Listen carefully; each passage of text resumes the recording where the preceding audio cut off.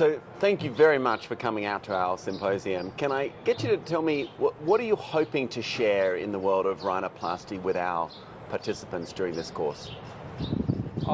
First of all, thank you very much for the invitation. This is my first time in Sydney. And I have to say I'm a little jealous. You're making a meeting in a museum and in Harvey. It's amazing. Thank you. But I I'm doing on the rhinoplasty, and I want to share to people about the tip work, because people know me about that. I want to change the tip surgery to make more highlights, more cubic forms in shadows.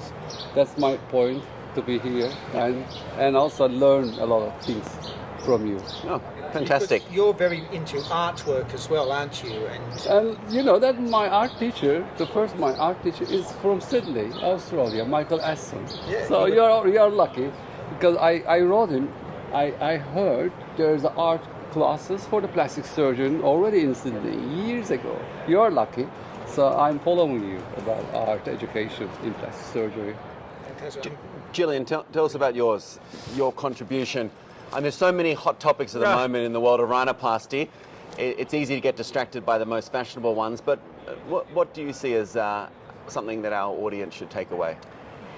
What a good question. And like all good questions, it's very difficult to answer. I think for me, it's about moving away from a prescriptive algorithmic approach to surgery and making individualized plans, number one. And number two, I think trying to, once you've chosen a technique, leveraging that to its greatest advantage by thinking about your own performance and borrowing ideas from sports psychologists, performance psychologists, musicians, performing artists, to work out how we can maximize our consistency and the quality of our results. It's great to hear other real-world experts talking about how they do it. It makes you have to really think about why you do what you do and justify why you do what you do. And things evolve and change. As we said, truth is provisional, so we don't know what it's going to be tomorrow. But the opportunity to reflect and think hard with really high-quality people is great. And George, I mean, we can't end this debate and discussion without hearing about what you tend to share with the audience as part of this Congress. I mean, being one of Australia's foremost rhinoplasty surgeons, tell us what you're hoping to bring. What I actually like getting out of the conferences is bringing some of the world's experts here to discuss their techniques and in detail so that we can keep abreast with the best practices in the world. I think self-reflection seems like a big part of everyone's rhinoplasty practice and how we can improve it. And I know you've certainly changed techniques over the years.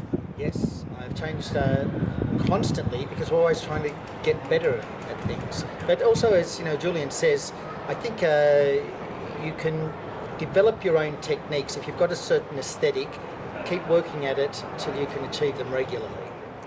And I think it's really important, and that this is why the Society runs these sort of educational events.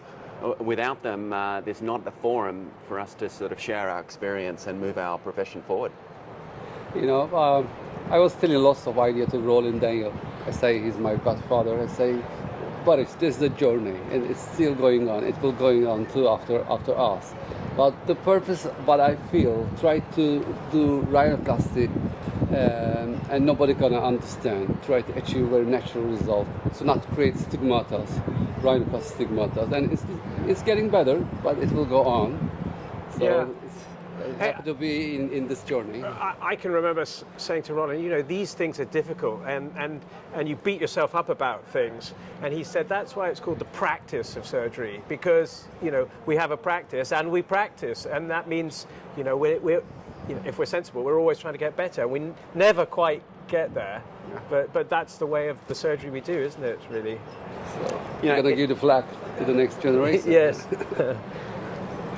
It's been 4 years since we ran our last event, is that correct? Yes, we were interrupted by COVID, but we usually try to do it every 3 years. Yep. And it's fantastic to hear the speakers and how the topics have changed again in only that short period of time. So. Yes. And we even have 2 speakers that came back, but they've even changed a lot of what they do, and they've finessed a lot of the techniques in that period of time.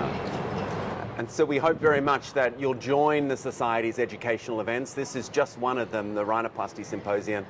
And please look on the website for future conferences and events.